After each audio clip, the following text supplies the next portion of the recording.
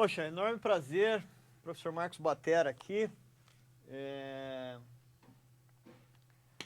Estaremos agora nesses próximos 3 dias, né? Hoje, dia 2, dia 3 e dia 4 de dezembro, eu colocarei aqui 3 videoaulas falando sobre caixa, que é o nosso instrumento, né? É um projeto que eu estou fazendo com a intermediação da Secretaria de Cultura de Mogi das Cruzes. Meu abraço lá para Juliana Mansur, para o Mason, para o Matheus Sartori, né, o nosso secretário de Cultura, que está intermediando tudo isso daí através da Lei Aldir Blanc de fomento à cultura nesse momento de pandemia. Essa aula que eu estou montando é para a galera da bateria, da percussão erudita, né, da percussão sinfônica, pessoal que está começando. O foco hoje não é exibicionismo, não é técnica, não é virtuosismo. Primeiro porque eu não sou nada disso, né? Eu sou só um baterista normal, um professor de bateria, um educador musical, e eu gostaria de compartilhar um pouquinho desse meu know-how aqui na bateria, né, como professor de bateria há quase 30 anos já. Dentro dessa aula de batera, cujo foco, reitero, são os iniciantes, pessoal intermediário, ou aquela galera que já toca bem, já está acostumada e quer dar um upgrade ali, né, quer ver alguma coisinha, talvez pesque alguma coisa de novidade, é sempre legal, né. Para a galera também que quiser se aprofundar mais no assunto caixa, eu tenho um curso de caixa baseado no VicForte número 1, são 26 aulas, onde a gente vai do zero até toda a parte de rudimentação, leitura, né, toda a técnica da batera. Então, eu recomendo muito. Esse é um curso gratuito que eu dou, tá? É uma forma que eu tenho de colaborar com os meus colegas bateristas. É só me mandar um WhatsApp no telefone que está aparecendo aqui embaixo da tela e falar que você está interessado no curso de caixa, mandar seus dados pessoais aí e a gente coloca vocês na nossa turma do curso de caixa, beleza?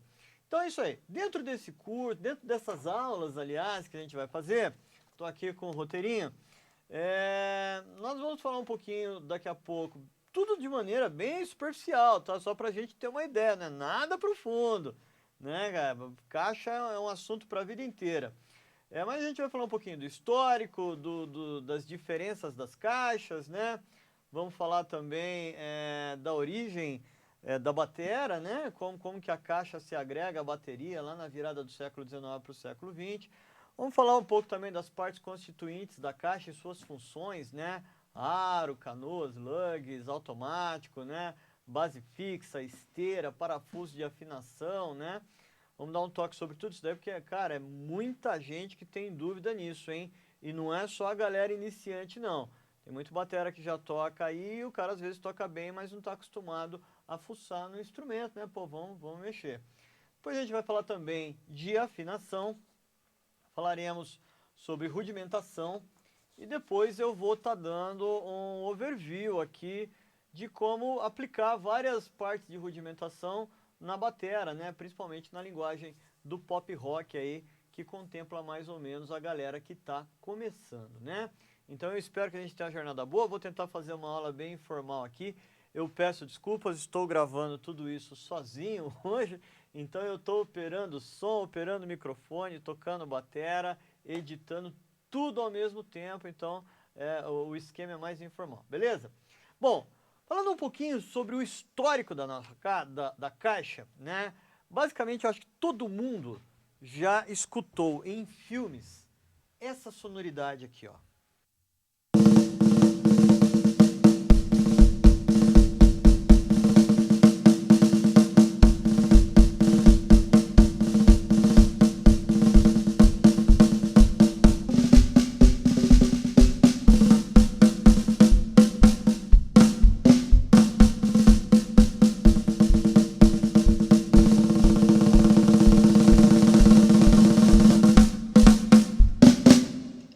Né? É muito comum a gente ver esse tipo de execução nos filmes, principalmente filmes que envolvem a parte militar, filmes de guerra, né?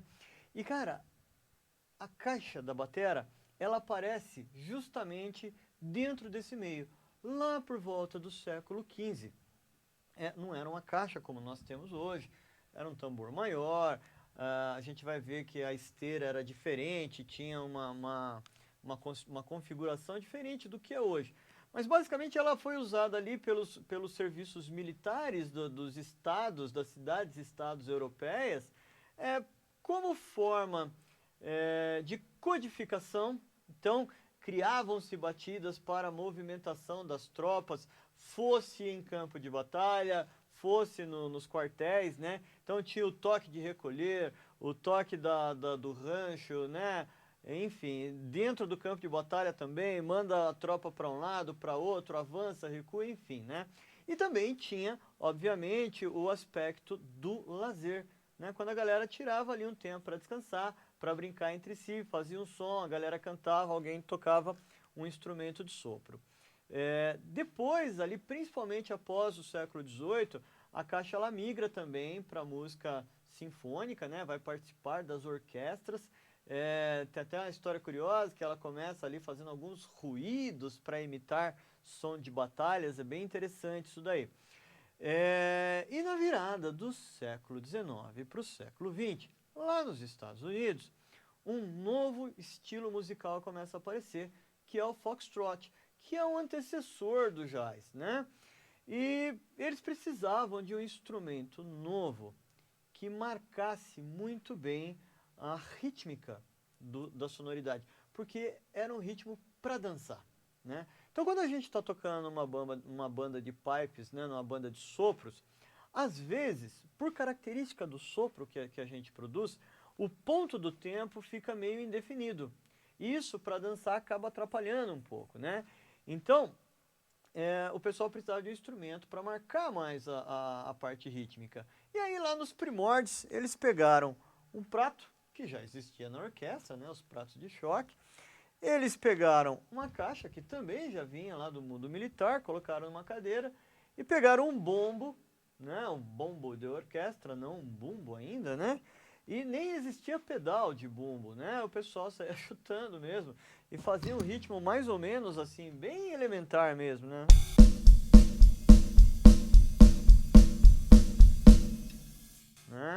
Imagina isso, chutando o bumbo. E uma coisa legal é que havia ali uma tradição já nos exércitos americanos, lá nos confederados e tal, nas tropas, nas guerras da secessão e tal, da tradição das bandas de pipe and drums, ou seja, bandas de sopro e tambores, que era uma herança que eles tinham da colonização europeia deles, né? Então, essas bandas elas acabaram se incorporando aos exércitos, à Marinha Americana, né, aos fuzileiros navais. Até hoje, né, as bandas dos fuzileiros navais, do pessoal da Marinha, do Exército Americano, é muito forte. Aqui no Brasil também né? E nós temos grandes bateristas, assim. Aqui no Brasil nós temos o Bob White, né, aqui de São Paulo, que é radicado aqui no Brasil, mestre da bateria. Um baterista da Marinha Americana, se eu não me engano, o próprio Steve Gadd também, batera do mundo militar lá no início, né? Então tem uma tradição, um vínculo muito grande também, né? O nosso histórico da caixa com o mundo militar, né? Falaremos um pouquinho disso mais a fundo na parte de rudimentos que vai estar lá na frente, beleza? Bom, vamos falar um pouquinho de caixa. Esse instrumento, tal qual os outros, ele tem características distintas. As caixas não são todas iguaizinhas, né? Por exemplo, quando nós olhamos um teclado de piano, ele é uniforme, né? Basicamente ali 88 teclas, né? As teclas pretas, as teclas brancas, o peso é parecido. Mas outros instrumentos não tem isso, né? Quando a gente pega as cordas, pô, tem lá o contrabaixo, né? O cello, a viola, o violino, né? Por ordem de tamanho aí do maior para o menor. A mesma coisa nos sopros, né? Nas flautas, nós temos vários tamanhos de flautas, desde flautas grandes ali, flauta em ré e tal, flauta barítono, até os flautins, né? Ou os pícolos, que são flautinhas bem agudinhas. E quanto maior o instrumento, normalmente mais grave é o som dele, né? Então, na bateria, modernamente, principalmente nas caixas de uso mais popular, nós também temos vários tamanhos, né? Então aqui eu mostro para vocês a caixa principal que está na minha bateria hoje, uma caixa que tem 14 polegadas de diâmetro e tem 8 polegadas de profundidade, né? Então essa caixa vai ter um som característico dela. Veja só, eu não vou tentar descrever o som, né? Mas ele vai ter um som mais característico de uma caixa de 14/8. E eu uso uma afinação média para aguda, né? Eu gosto dessa dualidade, ser uma caixa grande que normalmente teria um som mais grave e eu gosto de afinar ela de média para cima. Veja só, não tem nada errado. Todo tipo de afinação está certo. Vai do gosto da pessoa e da compreensão que essa pessoa tem do uso da afinação que ele vai fazer em prol da música que ele vai tocar, né? Mas o som dessa caixa, que já deu para ouvir na música agora há pouco, naquela hora do som da marcha, né? Mas só recapitulando, olha o som que legal, ó.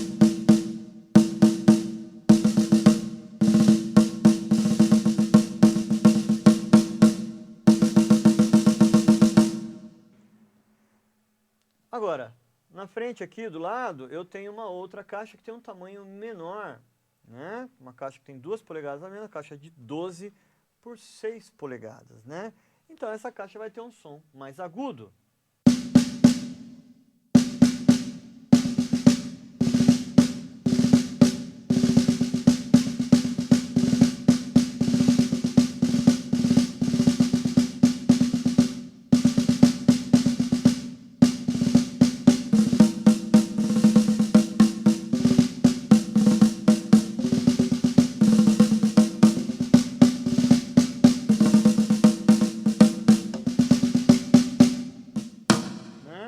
Então, a gente tem vários tipos de caixa que vão produzir sonoridades diferentes. A ideia é ter vozes diferentes, né? Possibilidades diferentes. Aqui no meu canto, eu tenho uma outra caixa, né? Que é uma intermediária entre essas duas. Ela não vai estar no microfone agora, mas vai pegar o som aqui pela ambiência. Tem um som mais metalizado, né? A gente já vai falar o porquê disso. E aqui eu tenho uma outra caixa, muito legal também, né? Tenho outras, mas essa daqui é muito especial, que é uma caixa Oderi.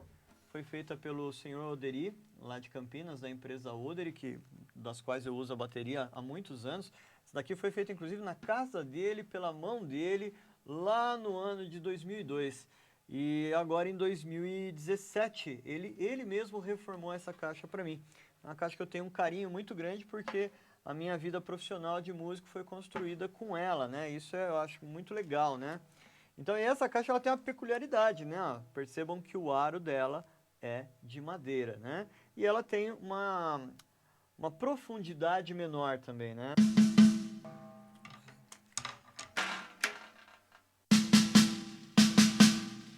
Tem um som mais característico, tem uma pele diferente aqui, né? Bem legal também. Então, caixas podem variar de tamanho e dessa forma a gente vai obter sons e timbres os mais variados possíveis. Vai da criatividade e do gosto que a gente tem. Beleza? Legal. Na sequência agora, eu vou falar um pouquinho sobre as partes que constituem a caixa, né? Então, muitas vezes os bateras acabam tocando bastante, principalmente a galera que está começando, né? E não tem a manha de usar o instrumento, né? Então vamos falar um pouquinho dos elementos que constituem a caixa e as suas funções, tá?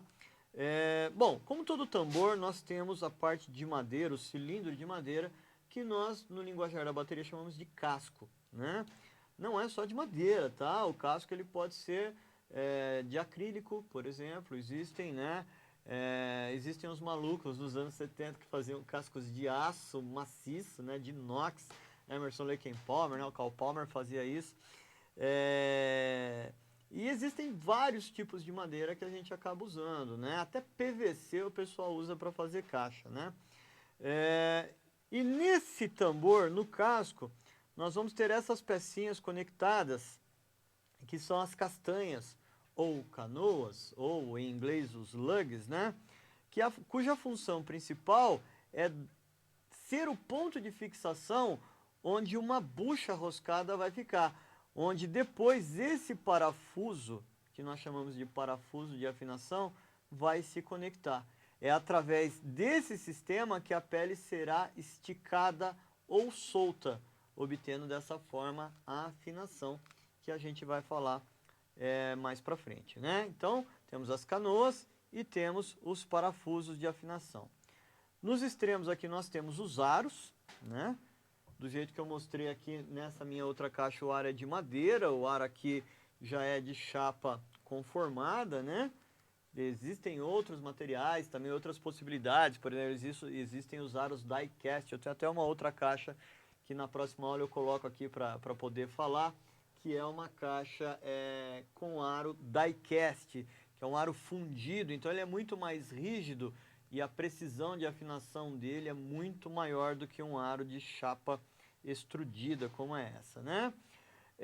Na parte inferior aqui da caixa, na parte de baixo, né, que é o que eu estou virando para vocês agora, nós temos também a esteira. Esteiras são esses fios que são feitos em diversos materiais ferrosos e não ferrosos também, cuja função principal é vibrar junto com a pele de baixo, né? Esse tecido que reveste o tambor, tanto em cima quanto embaixo, é chamado de pele, né? E quando eu toco o meu tambor, essa esteira, quando está conectada, ela vai vibrar junto, provocando esse som peculiar, esse som metalizado da caixa, né? Ó. Agora, se eu soltar esse mecanismo, então olha só que legal. Opa! Olha só que legal.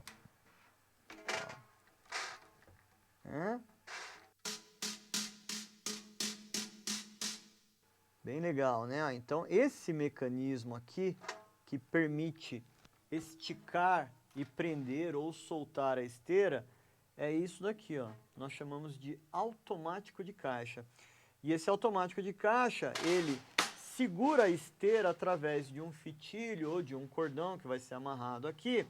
E ele segura, né, com a regulagem certinha aqui, ele possibilita soltar, ou como nós falamos, desligar a esteira ou ligar a esteira. E ainda nós temos um parafuso de regulagem aqui, que é um ajuste fino, onde eu posso prender ou soltar ainda mais essa esteira. Legal? Então, esse é o automático. Existem vários modelos de automático, alguns muito sofisticados, outros mais simples, né? Esse daqui é um automático bem legal, bem funcional, né? Depois falaremos bastante sobre isso daqui na obtenção de sonoridade do tambor, né? Muito legal. Então, basicamente, essas são as partes constituintes da caixa. Cara, uma coisa eu acho que muito importante, que assim, que eu vejo que a galera acaba não fazendo, é manter as partes mecânicas de todos os tambores, não só da caixa, sempre bem limpas e lubrificadas. Isso vai garantir a longevidade do seu instrumento, vai garantir a facilidade da afinação, vai evitar que o parafuso crie uma solda química com o tempo ali, né? Às vezes dá uma enroscada. Então é muito importante esse asseio com o instrumento, né?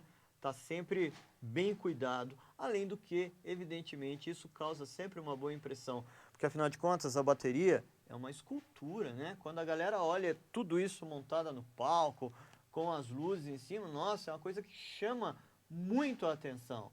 Então, quando tem aquelas marcas de dedo nos tambores, né, ou poeira e tal, causa uma impressão também de acordo com o que você vê, né? Isso é muito legal de falar. Então, essas são as partes constituintes da caixa. Evidentemente, existem caixas de todos os preços, né? Mas aqui eu queria fazer uma ressalva legal, principalmente para a galera mais nova. Hoje em dia, com a tecnologia que existe, basicamente qualquer caixa, de qualquer marca, de qualquer fabricante, vai funcionar bem. Estou falando das baratas, evidentemente. Desde que elas estejam bem cuidadas, bem afinadas, bem reguladas, elas vão produzir um timbre legal, um som prazeroso, um som articulado, né? E evidentemente você vai ver caixas aí que custam milhares de dólares, né? Principalmente aqui no Brasil, que os preços chegam mais caros. Meu, eu acho assim, ó, a melhor caixa que você pode ter é a caixa que o seu dinheiro pode pagar, ok? Então, ninguém precisa ter uma caixa de 3 mil reais aí, de 3 mil dólares para tocar. Não é isso que vai fazer você tocar bem seu instrumento. O que vai fazer você tocar bem seu instrumento é você estudar. E principalmente, o conhecimento que você tem para tirar um bom som do instrumento. Então, não adianta nada você ter uma caixa super top, super cara, super requintada e não saber tocar, né? Ou não saber tirar o som. Ou usar para uma coisa muito básica, né? Então, às vezes você vai despender uma quantia financeira muito grande e o retorno que você acha que você vai ter vai acabar não acontecendo e isso leva à frustração. É muito comum isso, tá? Então, isso vale para a bateria inteira. Às vezes uma bateria simples, bem arrumada, bem ajeitada, bem afinada, bem posicionada, vai produzir um som fabuloso, mesmo ela custando centenas de reais, né? E o oposto é verdadeiro. Às vezes uma bateria fantástica, super cara, super top, ela não vai ter uma qualidade sonora tal qual uma bateria inferior, só pelo fato de ela não estar bem arrumada, né? E evidentemente o baterista tocando com qualidade. E isso é insuperável, né? Beleza? Então falamos um pouquinho das partes que constituem a caixa, né? Então agora eu vou mostrar para vocês aqui. Opa! Vou mostrar para vocês várias ferramentas aqui, né? Que a gente usa para tocar. Então, muitas vezes a galera acha que a gente toca a batera e os tambores e a caixa apenas com a baqueta. Bom, a baqueta é o mais comum, né? Esse cilindro de madeira que tem a parte cônica aqui, tem uma pontinha, né? Bem característico, né? Então esse instrumento é o mais usado, evidentemente, né? E aí a gente vai ter essas características de som.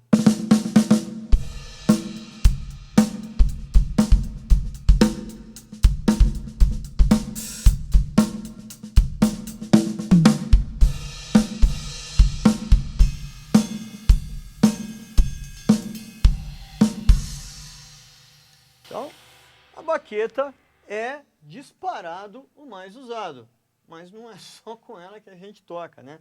Às vezes você vai tocar em algum lugar, o volume, a intensidade que a baqueta produz é demais, né? Então, às vezes a gente pode usar outros acessórios. Por exemplo, aqui eu vou pegar um Blastic, que é uma baqueta feita de cerdas de plástico, né? Ó. Olha que legal. Ó. E elas vão produzir uma sonoridade bem diferente e mais baixa.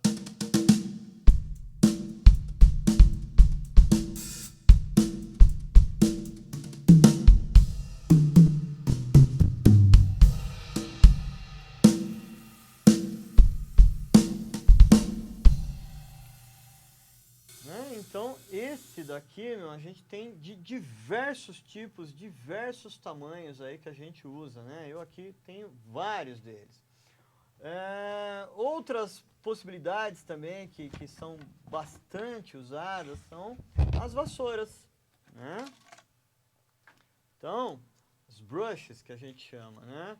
As vassourinhas são essas cerdas de metal que a gente tem, né?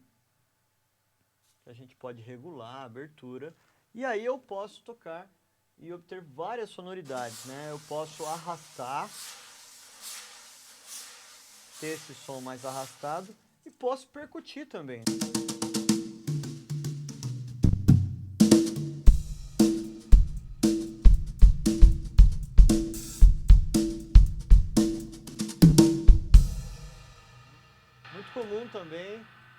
na bossa nova, no samba, a gente ter essa sonoridade aqui, né?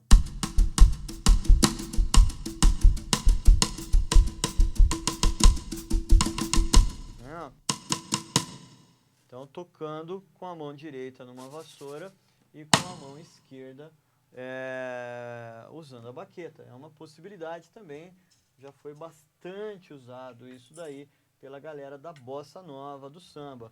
Às vezes a gente pode inventar as baquetas também, né? Usar umas baquetas diferentes aqui que vão produzir sonoridades diferentes, né?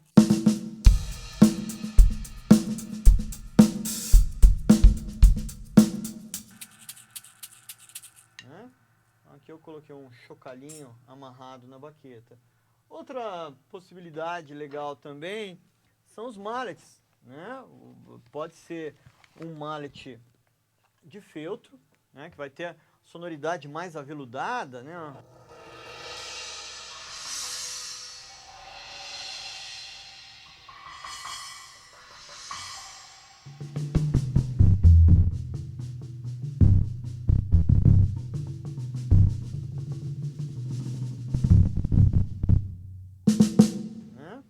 Então, o mallet ele tem essa característica de espalhar mais o som, principalmente nos pratos, né? Às vezes o mallet pode ser também de lã. Esse é mais característico do pessoal das teclas, né, e tal, mas às vezes a gente acaba usando na batera também.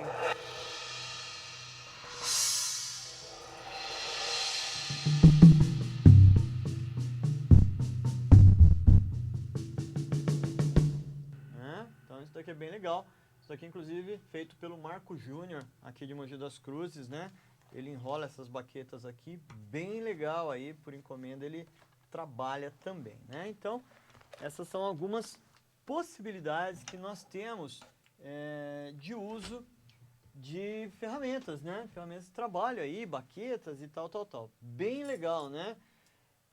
Então isso daí a gente normalmente tem nos nossos cases de baqueta, né? Pelo menos um hold stick, um blast stick,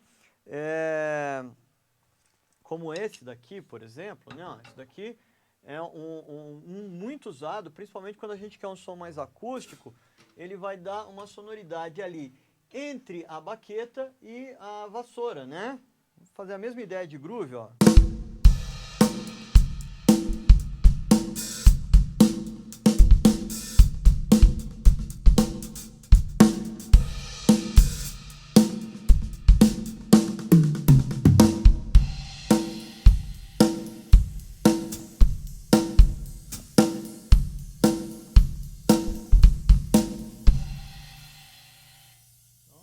Muito legal também. E muito louco, né? Cada uma dessas ferramentas vai ter uma reação na minha mão que vai ser diferente, beleza? Então, falamos um pouquinho do histórico, falamos um pouquinho das partes que constituem a caixa, falamos um pouquinho das ferramentas que a gente usa, baqueta, mallet, blastic, hold stick, né, baqueta de feltro. E agora vamos falar um pouquinho sobre a afinação. Meu, afinação é um lance muito polêmico, porque assim, não existe algo verdadeiramente certo ou errado. Vai muito do gosto de cada um, né? E a afinação, a gente vai amadurecendo ela ao longo da nossa vida. Quando a gente fala de caixa, a caixa ela vira meio que uma identidade. Cada batera tem o seu som de caixa, tem a sua característica mais marcante, né? E isso vai sendo desenvolvido ao longo da vida. Então eu não vou entrar no mérito aqui de como a pele de cima tem que ser afinada, como a pele de baixo tem que ser afinada. Eu vou dar uma dica geral que, assim, é um ponto de partida para você ter um som que popularmente é mais agradável, né? E a partir daí você começa a experimentar ajustes diferentes até você identificar o seu som, né? E isso eu enfatizo muito. É muito importante você desenvolver o seu som, né, cara? Lógico que a gente ouve os bateras, as bandas que a gente curte e tal, eles são inspiradores pra gente, mas no fundo, quando a gente toca, o som é nosso, né? Então a gente tem que buscar o nosso som. Eu vou desafinar uma caixa aqui e vou trocar aqui por essa caixinha. Aliás, vamos desafinar essa caixinha. Não, eu vou afinar outra caixa, mais legal. É uma coisa mais próximo do que a gente está acostumado, né? Então, vou trazer ela mais próxima aqui. Bom, essa caixa aqui, ela está com uma pele double clear em cima, né? Então, ela é uma pele que quando a gente vai usar a vassoura, no arrasto não vem legal. A gente toca mais percussivo, tá? Ah, legal também isso aí, ó. Isso aí o Diego Sanches aqui de Mogi, grande batera, né, da DS Music. Uma vez ele me perguntou, pô, cara, ele ia gravar, veio me pedir uma ajuda. E, pô, eu tenho que usar pele porosa na caixa? É meio que padrão, né? Todo mundo meio que pensa assim, não precisa usar pele porosa. E eu brinquei com ele, fizemos um experimento, colocamos uma pele dupla hidráulica, uma double hidráulica lá na... É lógico, a hidráulica sempre vai ser dupla, né? Mas nós usamos uma pele que é completamente fora do padrão de se usar na caixa, e ele ficou apaixonado no som, gravou vários trabalhos com esse tipo de configuração. Então é comum se usar peles não porosas. A única função de você usar a pele porosa na caixa é quando você usa a vassoura com arrasto. Fora isso, tanto fez, né? Tanto faz, tanto fez. Então, essa caixinha aqui agora, ó, vamos pegar o som dela, ó.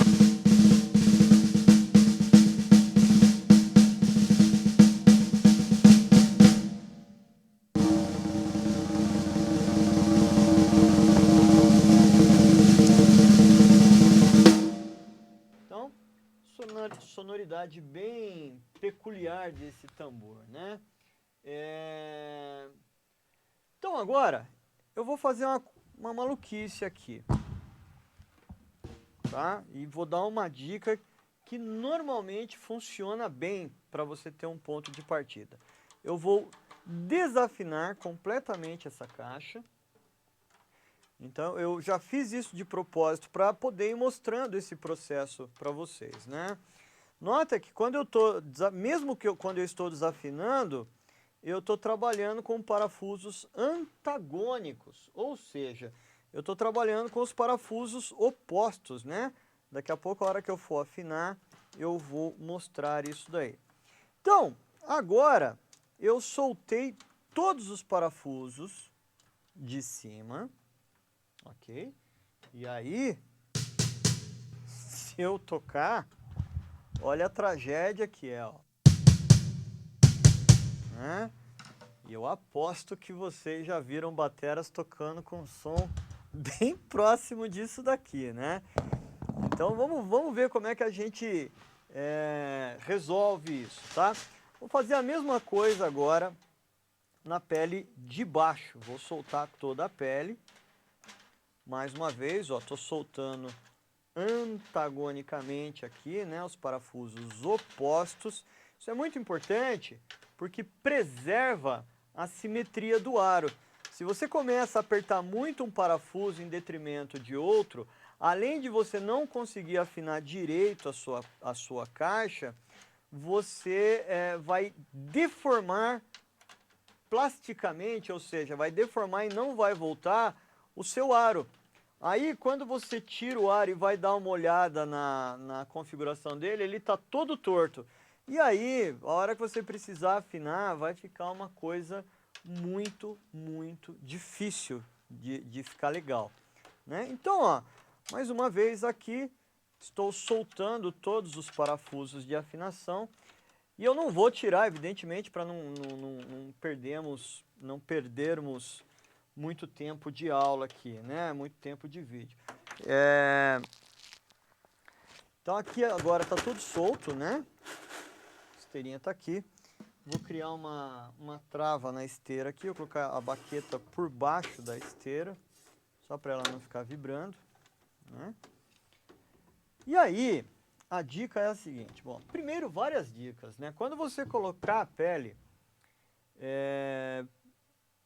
primeira vez, normalmente quando você compra a pele nova, você vai colocar ela, procura colocar o logo do fabricante oposto ao seu automático de caixa.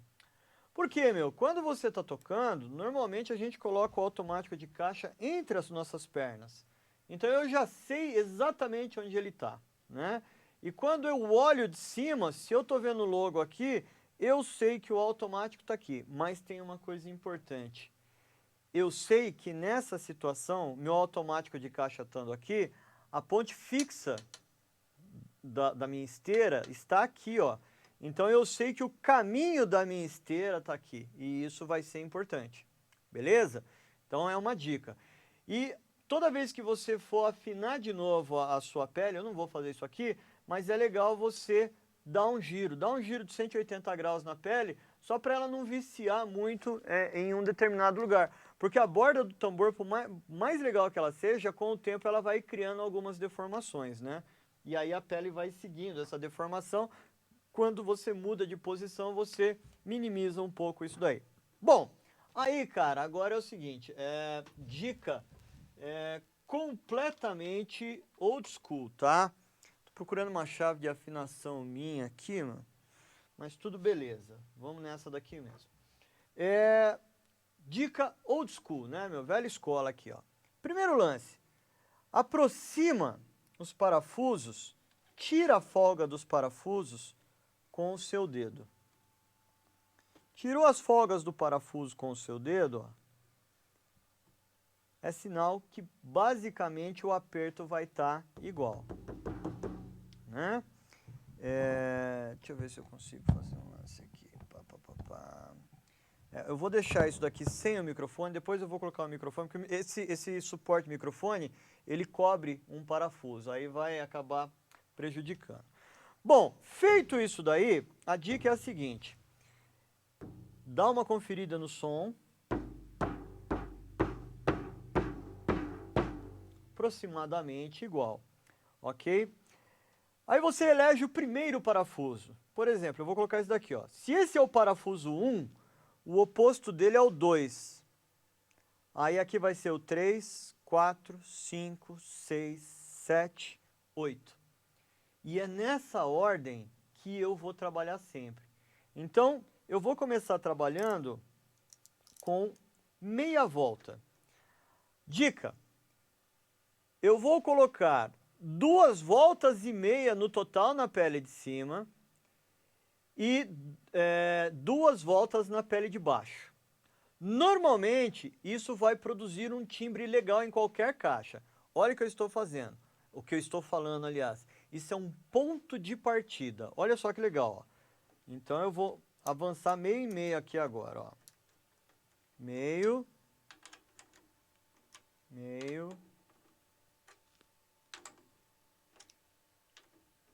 E sempre quando você for fazer a afinação, comece do zero. Solta todos os parafusos e a partir daí você começa a fazer esse processo que eu estou mostrando. Então olha só, agora eu estou indo para uma volta.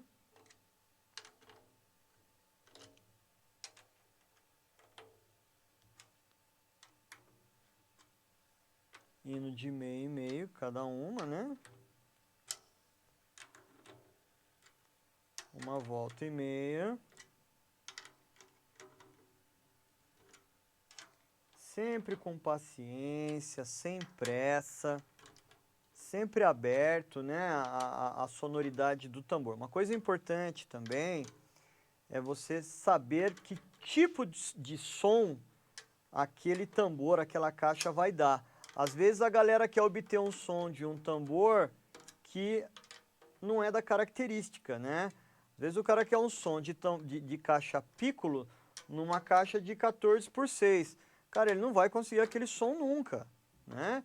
E isso é muito importante também, porque baliza a sua escolha na hora de comprar um tambor, né?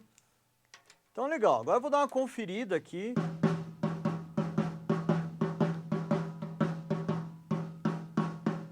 Então, essa pele aqui tá descendo legal, tá aproximadamente com a mesma afinação. E eu já vim para 2 voltas, ok? Como eu quero 2 voltas e meia, eu vou parar por aqui, porque daí eu vou usar essa meia volta depois para poder fazer um ajuste fino. Então, conferindo, né? Fiz a afinação alternadamente nos parafusos, de meia e meia volta, fui até 2 voltas. Agora eu vou para a pele de baixo. Mesmo processo. Olha lá, vou tirar a folga com os dedos.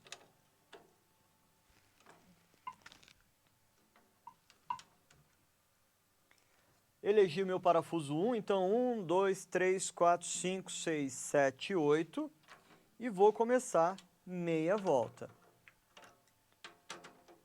Lembrando, pessoal, que a pele de resposta da caixa normalmente é uma pele bem mais fina.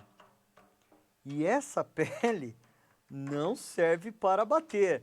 Esses dias um colega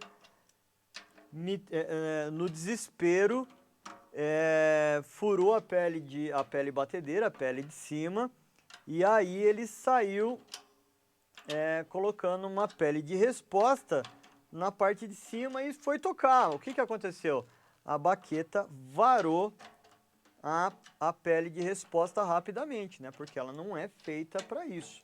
Então, eu sei que parece óbvio falar uma coisa dessa, mas a galera, né, acaba cometendo essas gafes, né?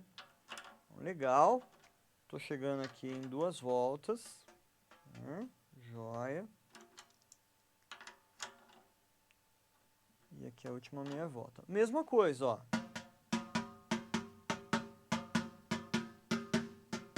Joia, tá legal. Vou voltar para a pele de cima agora. Agora eu vou soltar a minha esteira, vou tirar a baqueta lá, vou soltar a esteira toda e vou dar uma conferida nesse som.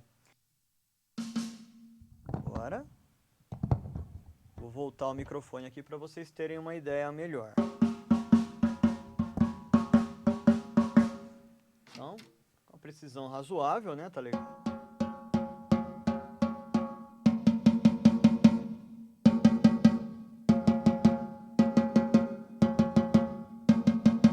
Legal, muito bom. Curti o som, achei que ficou legal. Olha só, de primeira, hein?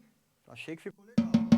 Agora falta o carinha principal aqui da nossa caixa, meu. E isso é muito importante. A esteira.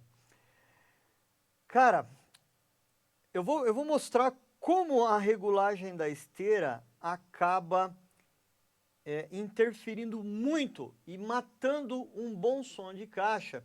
E vou mostrar uma dica também bastante simples que eu aprendi com um dos meus professores na Fundação de Arte São Caetano, professor Dinho Gebara. Ô Dinho, beijo, hein? Se você estiver assistindo essa aula aqui, cara, seja paciente comigo, tá bom? Mas legal, uma dica muito legal essa, tá? Então, olha, curtiu o som? Achei que tá de acordo. Vou soltar toda a esteira, ok? Então, ó, eu acionei a esteira, não tem som de esteira. Agora eu estou girando aquele parafuso de aperto, ó.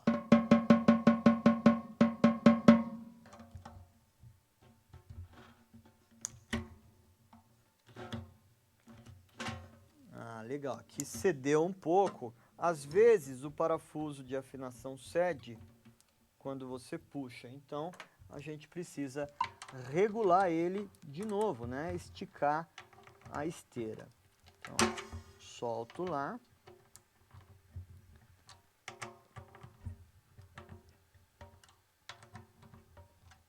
O que eu fiz aqui agora, ó? No cavalete fixo aqui, eu soltei ele e puxei um pouco o fitilho da esteira, né? Vamos ver se agora vem, ó. Ah, legal. Então.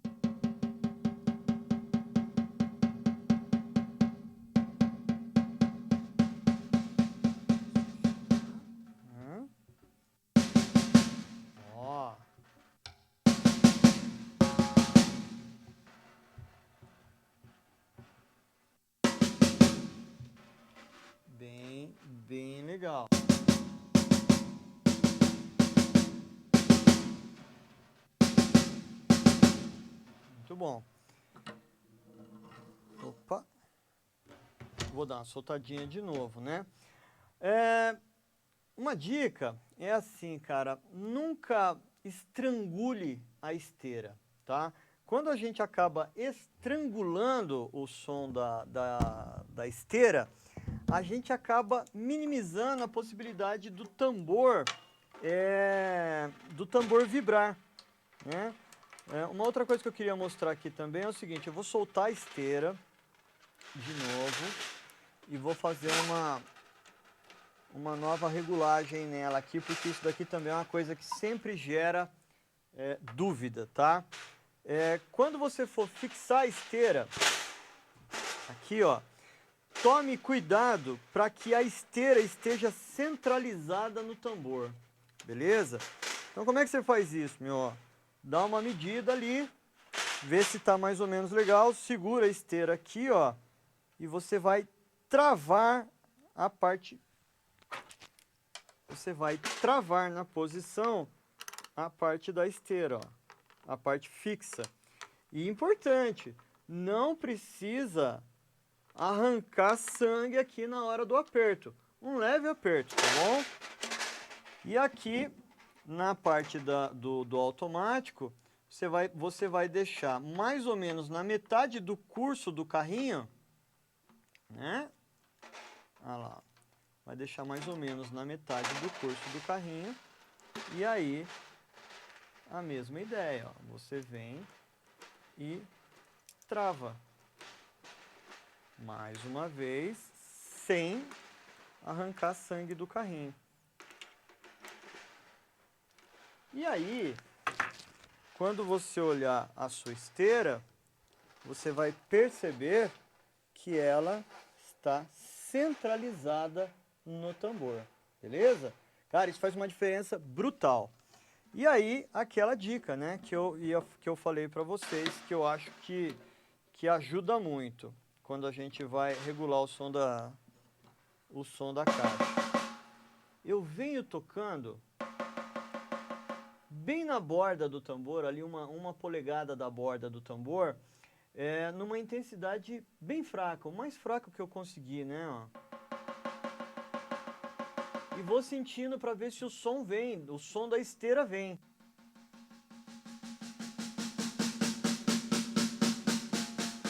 Ó, legal. Quando você faz isso, o que acontece? Qual que é a sacada?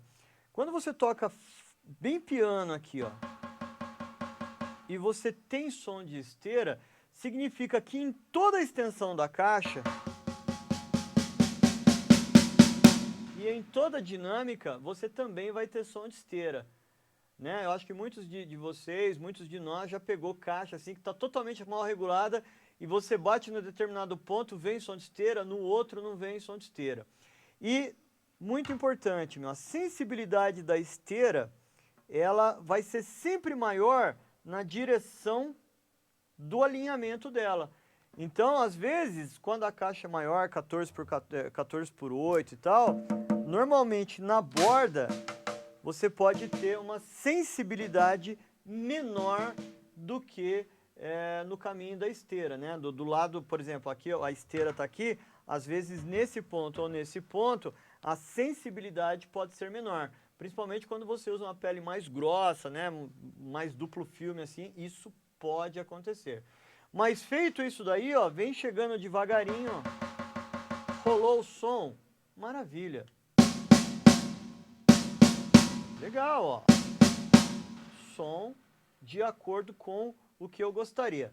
Então, se você fizer isso aí, regulou certinho, a sua caixa vai estar num som legal, vai estar num som ok. E a partir disso, você começa a fazer ajustes. Pô, e se eu tirar meia volta na pele de cima, né? O que será que acontece se eu tirar metade de uma volta na pele de cima? Será que muda? Não sei, vamos testar?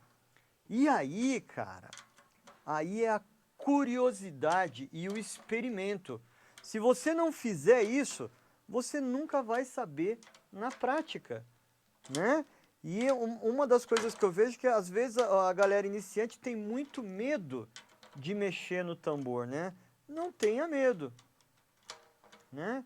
Tirou meia volta, vamos ver como é que ficou o som. Será que ficou mais legal? Pode ser que sim. Ó, ficou legal também.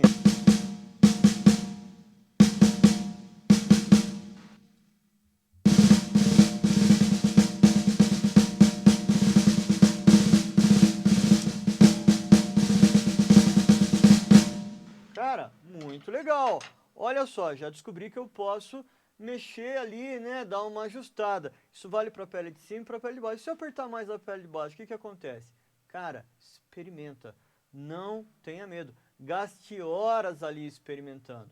Todo baterista mais experiente, todo baterista profissional já passou por isso. Eu gastei semanas tentando afinar um kit de tambores. Até que um dia você chega no seu som e você consegue fazer esse processo com uma velocidade bastante rápida. Beleza? Então eu espero que essa dica de afinação ajude você, principalmente ali a ter um primeiro resultado, né? E a partir disso, cara, experimenta, não tem medo, não tem regra. Meu, não curtiu mais o som? Muda, né, cara? Quando você não curtir mais uma coisa, muda, troca o som, ok? Maravilha. Então, agora, uma outra coisa também. A gente tem alguns recursos aqui. Deixa eu ver se esse daqui está aqui. Cadê? Um dos lances que rola bastante também, às vezes o som do tambor tá com uma sobra, né? Pode acontecer em função da pele, da ambiência, né? Tá vendo? Tem um toin, toin, ó. Chamamos de harmônicos, né? Então, muitas vezes a gente pode usar um anel abafador e ele dá uma cortada nisso. Às vezes você pode jogar carteira também, né? Eu, pessoalmente, não gosto de muito abafamento na batera. Vocês veem minha batera, ó, não tem abafamento nenhum. Eu gosto de tentar deixar o som mais natural possível e sem o uso de abafamento. Mas faz uma diferença bastante grande, né? Por exemplo, olha aqui, ó, caixa que acabamos de afinar. Dá uma secadinha no som, né? E isso pode ser bastante relevante. Legal?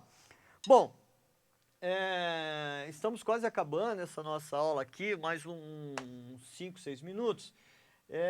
E eu gostaria então de falar de um outro lance, né, meu? Pegada. Como segurar a baqueta? Meu, isso é uma baita celema. Você entra no YouTube, milhões de vídeos, milhões de filosofias, né? Nossa, gente defendendo isso, defendendo aquilo.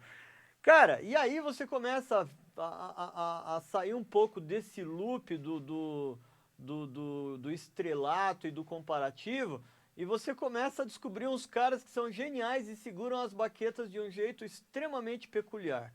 Então eu não vou me ater nessas aulas em falar de técnica de Muller, falar o que é pegada germânica, o que é pegada francesa, o tradicional.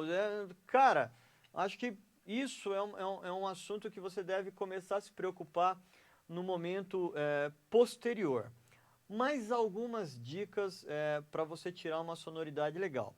Às vezes, você vai bater no tambor e você não consegue tirar um som legal, né? Então vamos abordar um pouquinho isso daqui.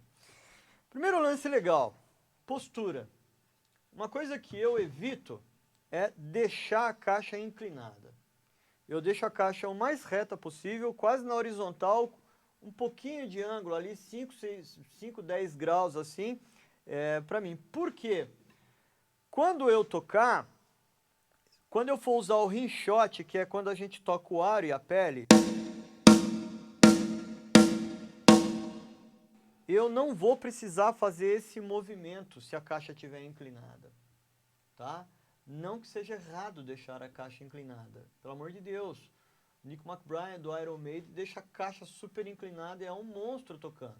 Mas se você ficar ao longo do tempo tocando com tensão, com força e fazendo esse movimento o tempo todo para poder pegar um rinchote, a chance de você ter uma doença por esforço repetitivo, como tendinite, que eu tive e me afastou 1 ano da bateria, ou síndrome do túnel do carpo, dentre outras tantas doenças que aparecem aí, é muito maior. Então, pô, já dá uma minimizada nisso. Quanto mais reta a caixa, na minha opinião, melhor. Outra dica também é a caixa ficar quase na altura do seu umbigo. Porque ergonomicamente, quando você descer a mão, olha o que acontece com o braço, ó. Ele já está quase a 90 graus, né? Então, se você precisar pegar a pele, é tranquilo. Se você precisar pegar o rinchote, um leve ajuste aqui na calibragem da mão já é suficiente, né? Então, isso é muito legal também. Por fim, quando você for segurar a baqueta, tem aquela old school também, de novo, né? Segurar a baqueta aproximadamente 1/3 do comprimento dela, né? Tem um teste que eu acho que é legal de você fazer, que é o seguinte: você acha o ponto de equilíbrio da baqueta, que normalmente não vai ser no centro da baqueta, né? Porque a parte cônica ela é mais leve do que essa parte, então você tem uma simetria. Equilibra aqui, ó, no risquinho da primeira falange, equilibra a baqueta. Então ela está sem movimento. Eu quero que a baqueta caia. Então, olha lá. E você vai trazendo a baqueta para trás de centímetro em centímetro, ó, e vai sentindo onde a baqueta quica mais. Você vai perceber que quando você segura lá atrás, a baqueta não quica. Ela fica pesada, né? E quando você segura muito lá na frente, a baqueta também não tem movimento, ela fica muito leve. Então existe um ponto aqui onde a baqueta vai quicar mais. Esse é o ponto de equilíbrio onde você vai segurar com o dedo indicador e o dedão, fazendo a posição que nós chamamos de pinça, ok? Essa posição, ó, é a que você vai ter o maior retorno de energia. Então, quando você toca, ó,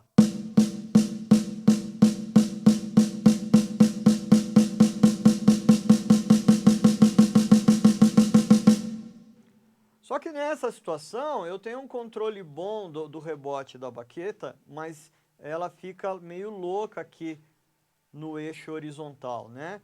Então, nós vamos usar esses 3 dedos que se chamam mola.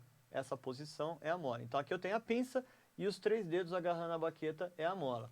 E aí eu peço para a galera fazer uma verificação. Por exemplo, toques múltiplos, 2, 3, 4, 5, e acentua o último toque. Por exemplo, 2 toques, ok? 3 toques, 4.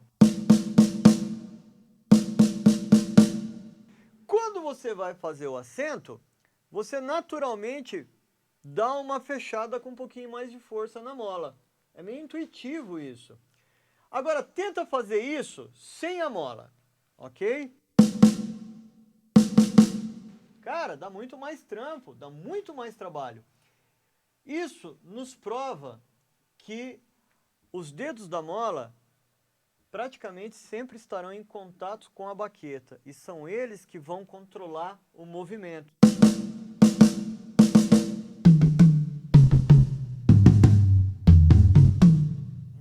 São eles que vão controlar. Quando eu tiro o dedo, eu abro o dedinho, é muito comum a galera abrir o dedinho quando está tocando. Quando abre o dedinho, você vai perder controle, ok? Existem momentos que nós falaremos ainda nessas aulas em que é necessário soltar um pouquinho o dedo, relaxar um pouquinho os dedos. Mas via de regra não, mas na maior parte do tempo a gente vai estar tocando com os dedos conectados na baqueta. Eu não vou entrar no mérito agora de se é melhor tocar com o dedão para cima ou com o dorso da mão virado para cima. Ambos estão corretos, ok? No início é legal você se sentir confortável. Eu, por exemplo, toco com o dorso da mão virado para cima porque eu uso esse espaço do meu dedo como rota de fuga da minha baqueta. Então, né?